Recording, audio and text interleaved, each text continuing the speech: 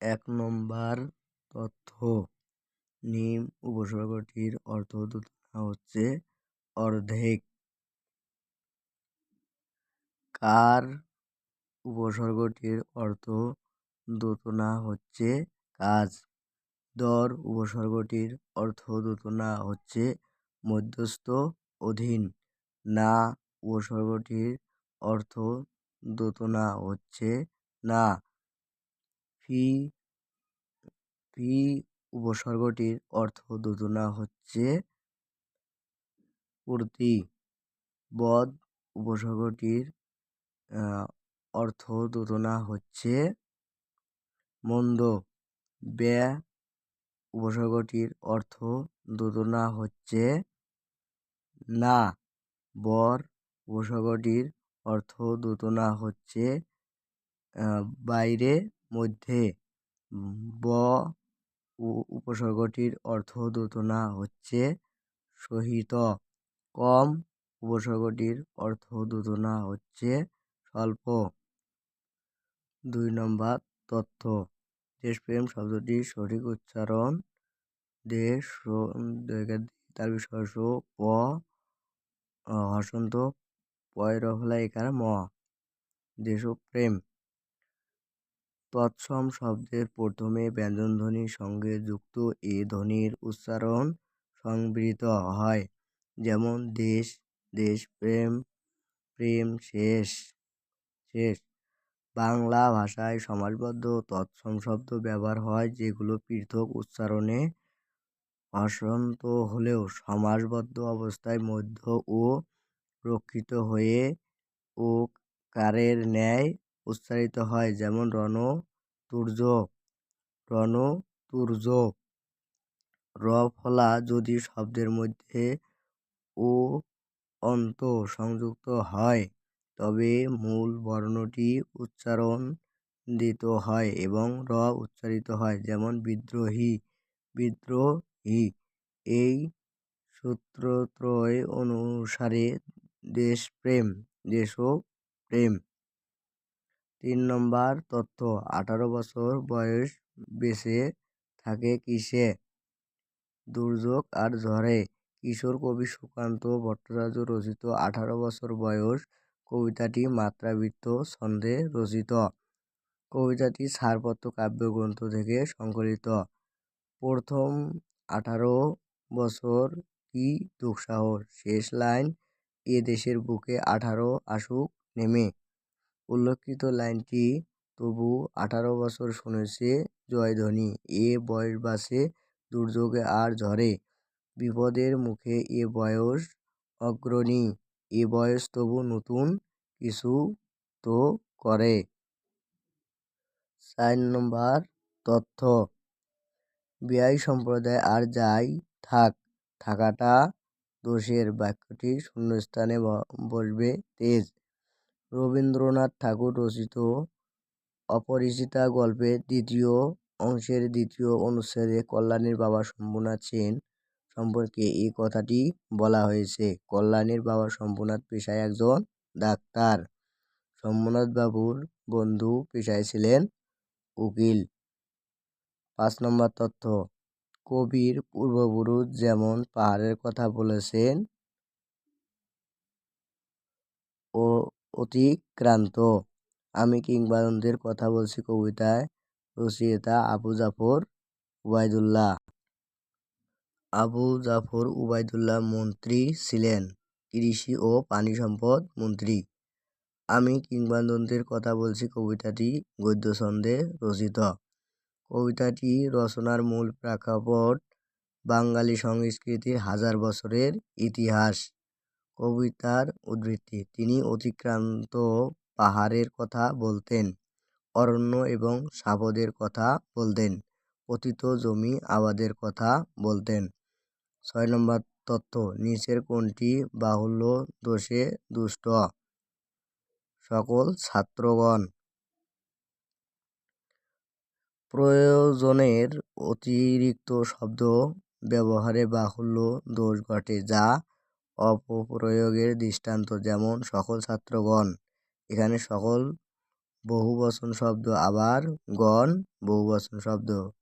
শুদ্ধরূপ সকল ছাত্র, ছাত্র অথবা ছাত্রগণ। গরুর শকট, গুরু চণ্ডালী। দোষ, যার। শুদ্ধরূপ গরুর গাড়ি। 7 নম্বর তথ্য, লিঙ্গান্তর হয় না এমন শব্দ কোনটি? কবিরাজ। কতগুলো শব্দ কেবল পুরুষবাচক বোঝায়, এদের স্ত্রীবাচক শব্দ হয় না বলে এদেরকে নিত্য পুরুষবাচক শব্দ বলে। যেমন কবিরাজ, পুরোহিত, জামাতা, অকৃতদার, কৃতদার, যোদ্ধা, ঢাকি, কৃন্তিগীর ইত্যাদি। অপশনের অন্যান্য শব্দের লিঙ্গান্তর: সাহেব, বিবি, বিয়ে, বিয়াই, বিয়াইন, সঙ্গী, সঙ্গিনী। 8 নম্বর তথ্য, সংশয় এর বিপরীত শব্দ কোনটি? বিস্ময়। ভুল হয়েছে, সংশয় এর বিপরীত শব্দ প্রত্যয়।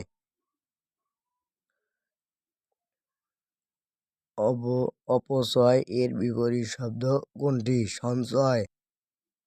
সচল। সচল এর বিপরীত শব্দ কোনটি? নিশ্চল। ভয় এর বিপরীত শব্দ কোনটি? নির্ভয়। নির্ভয় এর বিপরীত শব্দ ভয়। বিস্ময় এর বিপরীত শব্দ কোনটি? প্রত্যয়। সাকার এর বিপরীত শব্দ কোনটি? নিরাকার। সংশ্লিষ্ট এর বিপরীত শব্দ কোনটি? বিশ্লিষ্ট। 9 নম্বর তথ্য, মম এক হাতে বাঁকা বাঁশের বাঁশরি, আর হাতে রণতুর্য পঙ্ক্তিতে প্রতিফলিত হয়েছে কবির প্রেম ও বিনাশী সত্তা। কাজী নজরুল ইসলাম রচিত বিদ্রোহী কবিতায় কবি সত্তার বিদ্রোহী রূপ রণতুর্য, যুদ্ধ ঘোষণা ও যুদ্ধযাত্রার সময় যে সিংহা বাজানো হতো এবং তারা আড়ালে বাঁশরি দিয়ে মানবপ্রেমের বিষয়টি বুঝিয়েছেন।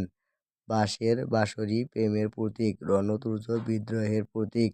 বাঁকা বাঁশের বাঁশরি নির্দেশ করে প্রেমের সত্তাকে, সংবেদনশীলতাকে। 10 নম্বর তথ্য, মাটি দিয়ে গড়া যা কথাটি এক কথায় প্রকাশ করলে কি হয়? মৃন্ময়। ফুল হতে তৈরি যা কথাটি এক কথায় প্রকাশ করলে কি হয়? ফুলেল। বিভিন্ন স্বর্গ দ্বারা নির্মিত যা কথাটি এক কথায় প্রকাশ করলে হয় হিরণ্ময়। 11 নম্বর তথ্য, শত্রুর আভাস পাওয়া হরিণের চোখের মতোই সতর্ক হয়ে ওঠে তার চোখ। কার চোখ? জমিলার। সৈয়দ ওয়ালিউল্লাহ রচিত লাল সালু উপন্যাসে উল্লেখিত লাইনটি দ্বারা জমিলার চোখকে বোঝানো হয়েছে কেন্দ্রীয় চরিত্র মজিদের দ্বিতীয় স্ত্রীরূপে উপন্যাসের আগমন ঘটে জমিলার। লাল সালু উপন্যাসে জমিলা হয়ে উঠেছে নারী ধর্মের প্রতিনিধি, হৃদয় ধর্মের প্রতিনিধি। শুদ্ধ বানান কোনটি? পুরস্কার। পশুকের পু বাইশনি র, দন্তের ছয় কয় আকার বাইশনি র, পুরস্কার। অ আ স্বরধ্বনি পরে দন্তেশ্ব হয়, যেমন পুরস্কার, তিরস্কার। তয়সে তি বাইশনি র, তির, দন্তের ছয় কয় আকার বাইশনি র, তিরস্কার। অ আ স্বরধ্বনি ব্যতীত অন্য ই উ স্বরধ্বনির পরে মূর্ধন্য পেটকামনিস্ব হয়, যেমন পরিষ্কার, আবিষ্কার। স্বরে আ বসে বি পেটকামনি ছয় কয় আকার বাইশনি র, আবিষ্কার। 1 নম্বর তথ্য, she likes reading adventure book. Simple sentence এ দুটি ফিনিট ভার্ব থাকলে সেকেন্ড ভার্ব এর সাথে আইএনজি যোগ করে ভার্বটিকে নন ফিনিট করতে হয়, কারণ একটি সিম্পল সেন্টেন্স এ কেবল একটি ফিনিট ভার্ব থাকতে পারে। এখানে লাইক একটা ফিনিট ভার্ব আগে থেকে থাকতে রেড এর সাথে আইএনজি যোগ করে রিডিং করতে হবে। তাই অপশন এ এবং অপশন ডি এর রিড এবং রিডস দুটোই ভুল। আর অপশন সি ভুল, কারণ টু এর পরে ভার্ব বেস ফর্ম বসে। The boy was reward for his good behaviour. Good মানে ভালো, ইট মানে পরিপাটি, ইনঅ্যাপ্রোপ্রিয়েট মানে অযোগ্য, প্রাউড মানে গর্ব। The boy was rewarded for his good behaviour. ছেলেটি তার ভালো ব্যবহারের জন্য সম্মানিত হয়েছিল। অর্থগত দিক থেকে option A correct. It is high time we started the project. It is time অথবা ইট ইজ হাই টাইম এর পরে যে ভার্বটি বসে সেটির infinitive to plus V one form বসে। যেমন it is high time to read attentively. কিন্তু ইট ইজ টাইম অথবা ইট ইজ হাই টাইম এর পরে সাবজেক্ট থাকলে এরপরের ভার্বটি পাস্ট ফর্ম হয়। যেমন it is high time we started the project. 4 number তথ্য, he climbed to the top of the mountain with much difficulty. Base মূল অথবা ভিত্তি, অ্যাবভ মানে উপরে, বটম মানে তলদেশ, টপ মানে চূড়া অথবা শীর্ষ। The gift was wrapped in blue paper. Wrap in মানে কোনো কিছু দিয়ে মোড়ানো। The gift was wrapped in blue paper. উপহারটি নীল কাগজ দিয়ে মোড়ানো হয়েছিল। গুরুত্বপূর্ণ কিছু গ্রুপ ভার্ব। পেস বাই মানে উপেক্ষা করা অথবা লক্ষ্য না করা। লুক অন মানে মনে করা।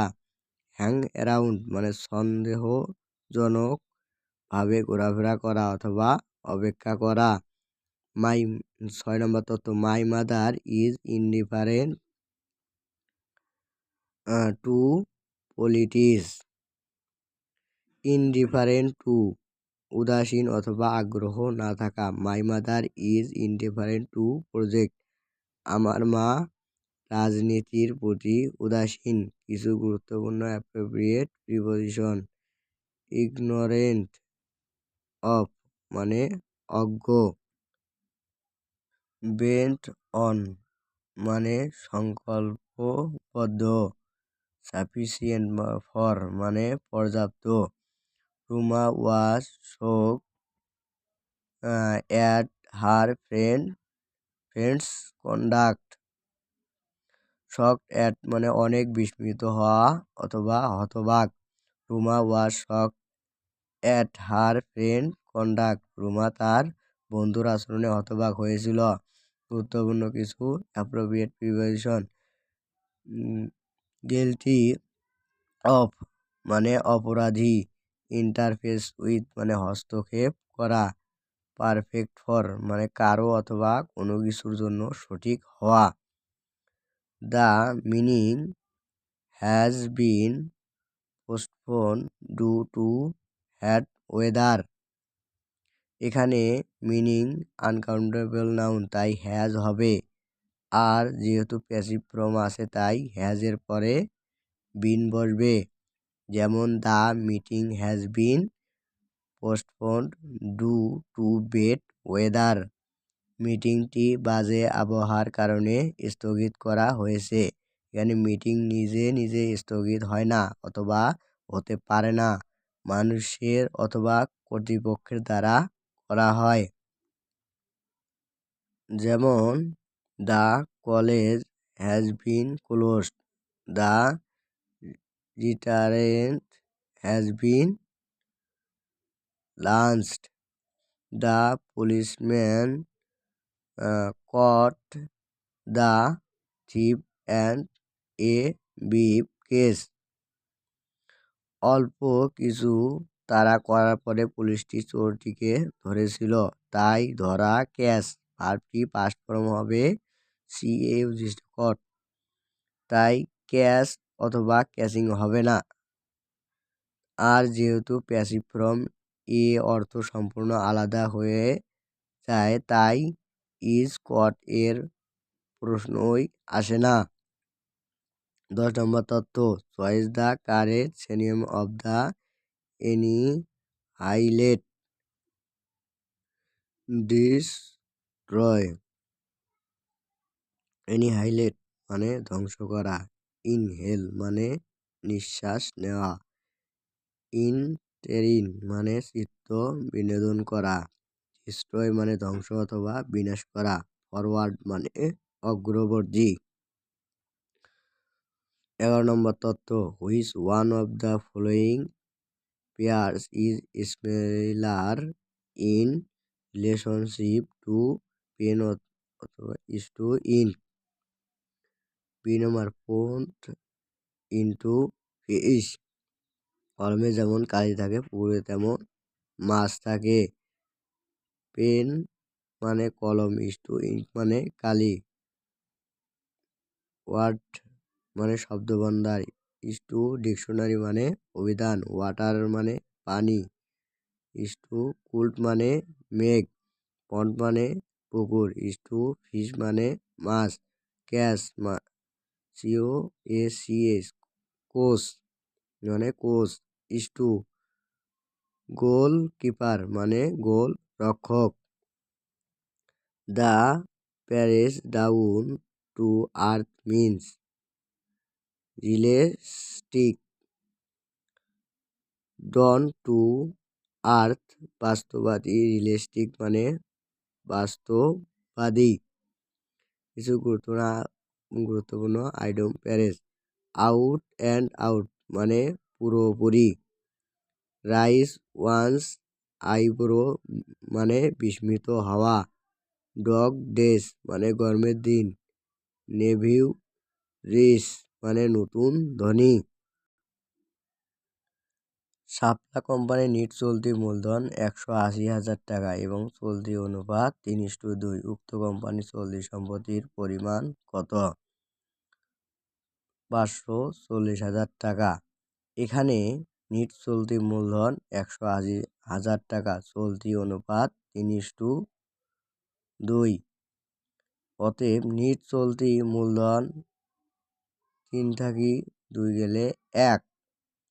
নিট চলতি সম্পদের পরিমাণ 18 গুণন 3/1, তাহলে 3×18 = 54, তাহলে 540,000 টাকা। অনুপার্জিত আয়ের সমন্বয় দাখিলা দায় হ্রাস করে ও রাজস্ব আয় বৃদ্ধি করে। অনুপার্জিত আয়ের সমন্বয় দাখিলা করলে প্রতিষ্ঠানে চলতি দায় হ্রাস পায় এবং প্রতিষ্ঠানে আয় বৃদ্ধি পায়, অর্থাৎ অনুপার্জিত আয় হিসাব ডেবিট, আয় হিসাব ক্রেডিট। কোনটি বিলম্বিত মুনাফা জাতীয় খরচ? অগ্রিম ভাড়া। মুনাফা জাতীয় হওয়া সত্ত্বেও নির্দিষ্ট হিসাব বছরে সীমাবদ্ধ না থেকে একাধিক বছরসমূহে সুবিধা পাওয়া যায় বলে এই ব্যয়কে বিলম্বিত মুনাফা জাতীয় ব্যয় বলে। এখানে অগ্রিম ভাড়া একটি বিলম্বিত মুনাফা জাতীয় খরচ। আর্থিক বিবরণীতে সংযুক্ত টিকায় যে তথ্য প্রদর্শন করা হয় তা করা হয় পুনঃপ্রকাশ নীতির জন্য। পুনঃপ্রকাশ নীতি এই নীতি অনুসারে কোম্পানির আর্থিক অবস্থা ভাবনার উদ্দেশ্যে তৈরিকৃত আর্থিক বিবরণীসমূহ এবং সাথে সংশ্লিষ্ট পত্রিকা সমূহ প্রয়োজনীয় তথ্যে সমৃদ্ধ হয়ে প্রকাশিত হওয়া উচিত, যাতে ব্যবহারকারীগণ কোনরূপ জটিলতা ছাড়াই সহজে কোম্পানির আর্থিক অবস্থা বুঝতে পারে। 5 নম্বর তথ্য, অন্য সব কিছু অপরিবর্তিত থাকলে নিচের কোন লেনদেনটি চলিত অনুপাতে কোনো প্রভাব ফেলবে না? ব্যবসায়িক মজুত পণ্য নগদে বিক্রয়। অন্য সবকিছু অপরিবর্তিত থাকলে ব্যবসায়িক মজুত পণ্য নগদে বিক্রয় লেনদেনটি চলিত অনুপাতে কোনো প্রভাব ফেলবে না।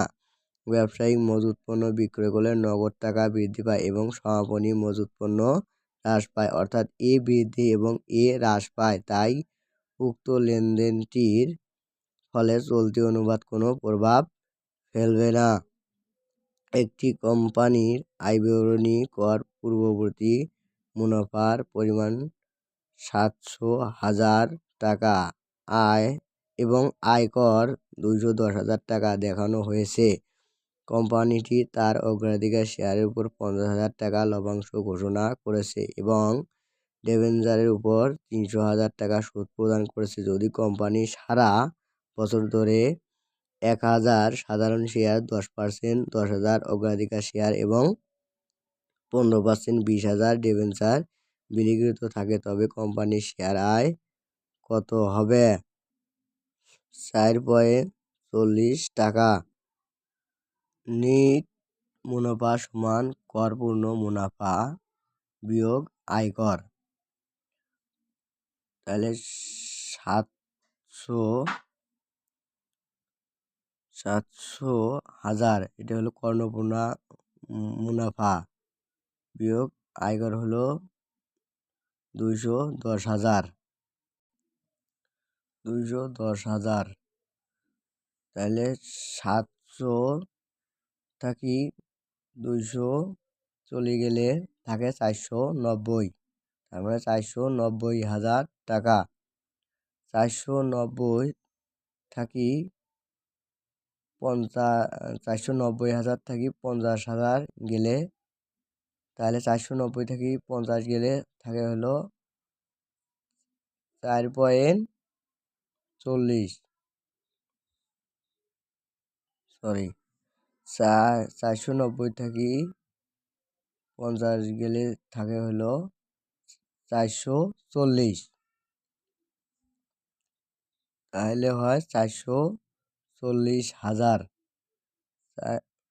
440,000 থাকি ভাগ করলে 100,000, তাহলে 440 ভাগ 100, তাহলে হয়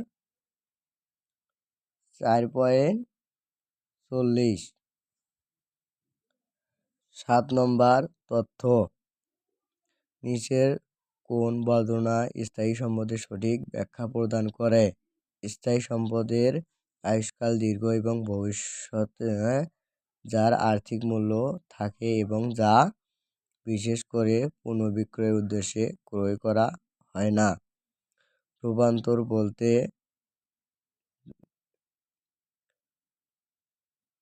প্রত্যক্ষ শ্রমের ব্যয় এবং কারখানা সকল উপরিব্যয়ের সমষ্টিগত ব্যয় বোঝায়। রূপান্তর ব্যয় প্রত্যক্ষ কাঁচামালকে পণ্য রূপান্তর করার জন্য যেসব ব্যয় হয় তাকে রূপান্তর ব্যয় বলে। প্রত্যক্ষ শ্রমের ব্যয় ও কারখানা সকল উপরিব্যয় সমষ্টিগত ব্যয়। 4 বছর পূর্বে ঝিলমিল ট্রেডার্স 550,000 টাকা ব্যয়ে একটি অফিস সরঞ্জাম ক্রয় করে, যার 10 বছর আয়ুষ্কাল এবং আয়ুষ্কাল আনুমানিক ভগ্নাংশবশে 50,000 টাকা হবে। সরঞ্জাম এর ক্ষেত্রে সরলরৈখিক অবচয় পদ্ধতি ব্যবহার করা হয়। বর্তমানে যদি এটি সরঞ্জামটি 300,000 টাকায় বিক্রয় করা হয়, তাহলে লাভ বা ক্ষতির পরিমাণ কত হবে? 50,000 টাকা ক্ষতি। এখানে মেশিনের ক্রয়মূল্য মাইনাস 550,000 টাকা, ভগ্নাংশ বিশেষ মূল্য মাইনাস 50,000 টাকা, আয়ুষ্কাল 10 বছর। তাহলে 550,000 বিয়োগ 50,000, 550 থেকে 50 গেলে থাকে 500, তার মানে 500,000। 500,000 ভাগ 10 10 দ্বারা করলে তাহলে 500 ভাগ 10 হয় 50, 50,000, 50,000 গুণন 4, 4 পাঁচা 4 পঞ্চাশং 200, তার মানে 200,000, 200,000, 550,000 আগের থেকে 550,000 ফির আবার থেকে 200,000 বিয়োগ করলে হয় 350,000, 200 থেকে 550 গেলে 350, তার মানে 350,000, 350,000 থাকি 300,000 বিয়োগ, তার মানে 350 থাকি 300 গেলে থাকে 350 থেকে 300 গেলে থাকে হলো 50, তার মানে 50,000 টাকা ক্ষতি। 10 নম্বর তথ্য, চৈতি লিমিটেড ভুলক্রমে বকেয়া সেবা আয়ের সমন্বয় সাধন করেনি। আর্থিক বিবরণীতে এর ফলাফল কী হবে? সম্পত্তি কম দেখানো হবে। বকেয়া সেবা আয় সমন্বয়ে দাখিলা হবে নগদান হিসাব ডেবিট, বকেয়া সেবা আয় ক্রেডিট। অতএব বকেয়া সেবা আয় সমন্বয় না দেখানো ফলে আর্থিক বিবরণীতে সম্পদ কম দেখানো হয়েছে। যদি জনাম লিমিটেড ব্যবসায় প্রারম্ভিক মূলধন পরিমাণ ৭০,০০০ টাকা এবং সমাপনী মূলধনের পরিমাণ 130,০০০ টাকা, নিট ক্ষতির পরিমাণ 40,০০০ টাকা এবং উত্তোলনের পরিমাণ 15,০০০ টাকা হয়, তাহলে বছরব্যাপী তিনি ব্যবসায়ে কত অতিরিক্ত মূলধন প্রদান করেছেন? 150,০০০ টাকা। এখানে অতিরিক্ত মূলধন সমাপনী মূলধন যোগ উত্তোলন যোগ নিট ক্ষতি বিয়োগ প্রারম্ভিক মূলধন, তাহলে 13 আর 5 হয় 18, 18 আর 4 হয় 22, যোগ করে পেলাম হলো 22, 22 থাকি 7 চলে গেলে থাকে হলো 15, তার মানে 15,০০০ টাকা। কালান্তিক মজুত পদ্ধতি একটি পণ্য বিক্রয়কারী কোম্পানি খতিয়ানে নিচের কোন হিসাবে থাকে না? বিক্রিত পণ্যের ব্যয়।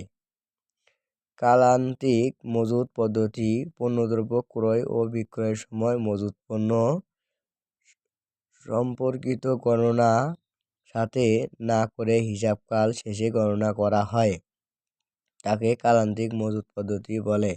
এই পদ্ধতিতে পণ্যদ্রব্যকে ব্যয় হিসাব লিপিবদ্ধ করা হয়। এই পদ্ধতিতে পণ্য বিক্রয়কারী প্রতিষ্ঠানে খতিয়ানে বিক্রিত পণ্যের ব্যয় হিসাবে থাকে না। কোন প্রকার অংশীদারিত্বে মেয়াদের চুক্তি নেই? অংশীদারিত্বের ইচ্ছায়। তথ্য, স্বেচ্ছায় অংশীদারিত্ব মেয়াদের চুক্তি নেই।